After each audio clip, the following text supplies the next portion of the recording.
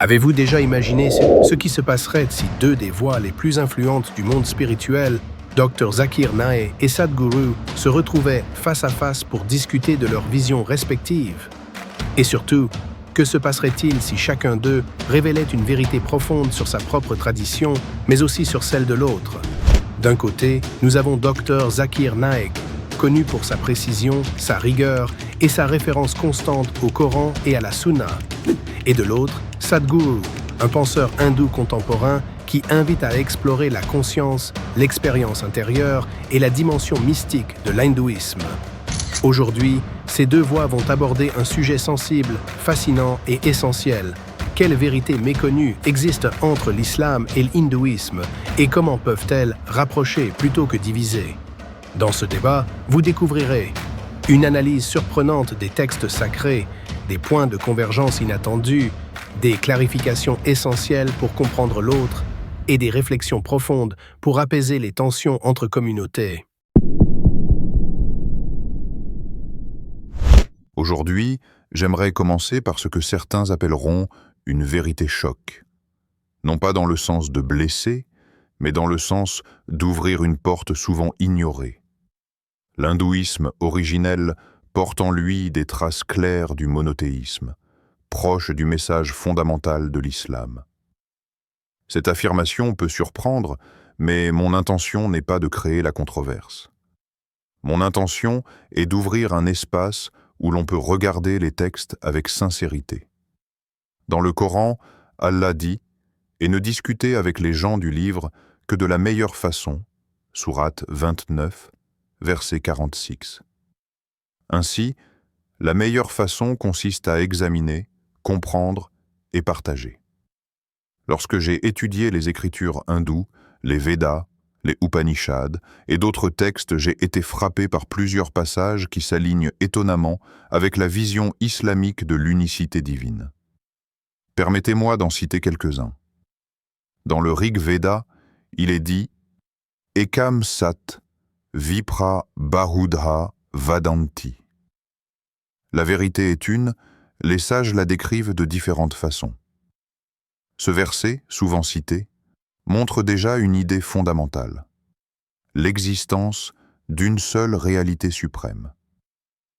Et dans le Yajurveda, livre 32, verset 3, on lit « Natasya Pratima Asti ». Il n'y a aucune image de lui. C'est l'une des affirmations les plus claires du monothéisme strict. Ce que je veux faire comprendre ici est simple. Avant que l'hindouisme ne devienne un ensemble diversifié de pratiques, il contenait un noyau pur, un monothéisme très proche du tawhid en islam. Dans l'islam, Allah dit dans le Coran, 10, il est Allah unique, Allah le seul à être imploré. Il n'a jamais engendré, n'a pas été engendré, et nul n'est égal à lui. Sourate Al-Ikhlas. Lorsque je compare cela aux écritures hindoues les plus anciennes, je vois non pas une contradiction, mais une convergence. Par exemple, lorsque les textes hindous parlent du Créateur suprême, non-né, éternel, sans forme, nous retrouvons l'écho du message islamique qui affirme que Dieu n'a ni forme, ni image, ni représentation. Je sais que pour beaucoup, cela peut être étonnant. Mais j'invite à regarder ces textes non pas avec un esprit de confrontation, mais avec un esprit d'exploration. Ce que je veux dire à Sadhguru et à toute notre audience, c'est que si l'on retourne à la source, aux Védas les plus anciens, on y retrouve le parfum du monothéisme pur.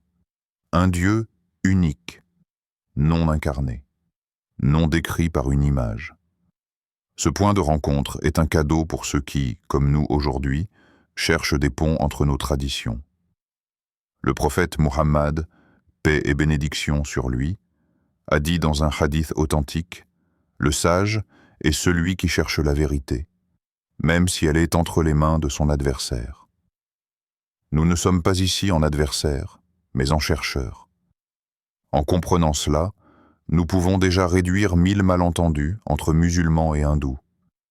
Car si la racine est commune, l'adoration d'un Dieu unique, Alors les branches peuvent se comprendre, se respecter et même se rapprocher. Sadhguru, je partage cela non pour imposer une interprétation, mais pour présenter une lecture des textes qui, je pense, méritent réflexion. Et j'aimerais beaucoup entendre votre perspective une fois que j'aurai terminé cette introduction. Mais pour l'instant, je conclurai avec ceci. Lorsqu'on cherche la vérité avec honnêteté, on découvre souvent que nos traditions, loin d'être ennemies, se reflètent et se rejoignent dans leurs fondements les plus purs. Vous venez de présenter une lecture intéressante des Écritures anciennes et je reconnais le soin avec lequel vous les avez étudiées. Mais permettez-moi de clarifier quelque chose d'essentiel. L'hindouisme, ou ce que j'appellerais plutôt Sanatana Dharma, n'est pas une religion basée sur un livre unique ou un prophète unique.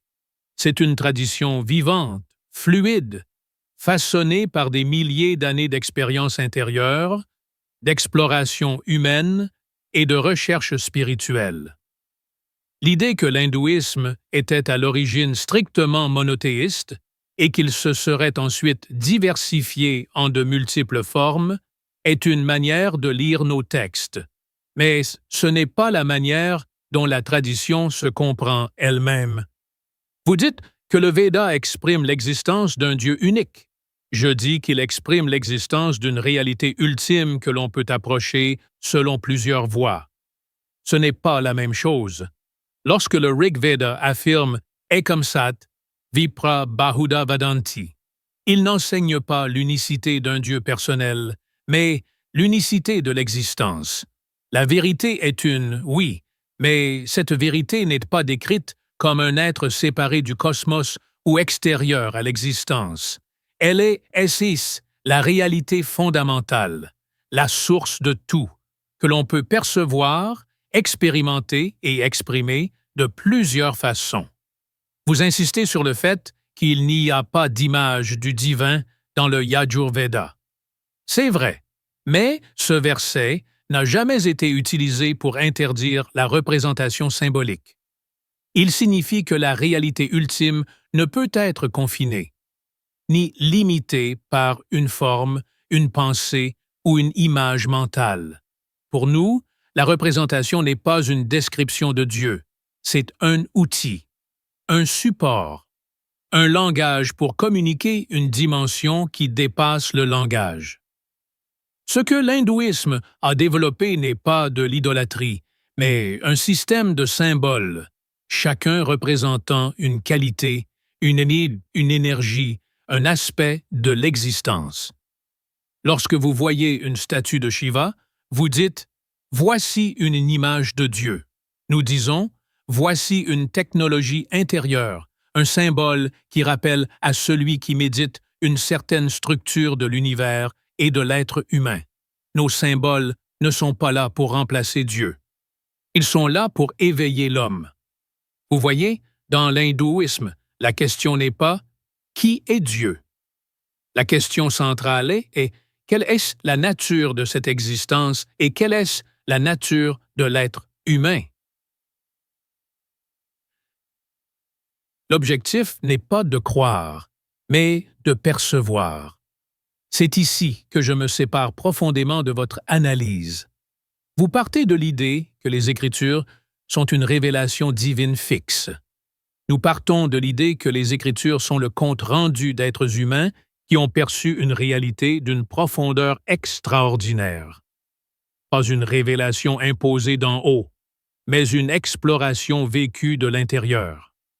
Ainsi, lorsque vous dites que l'hindouisme s'est écarté d'un monothéisme originel, je dois répondre « Il n'y a jamais eu un monothéisme centralisé dans notre tradition.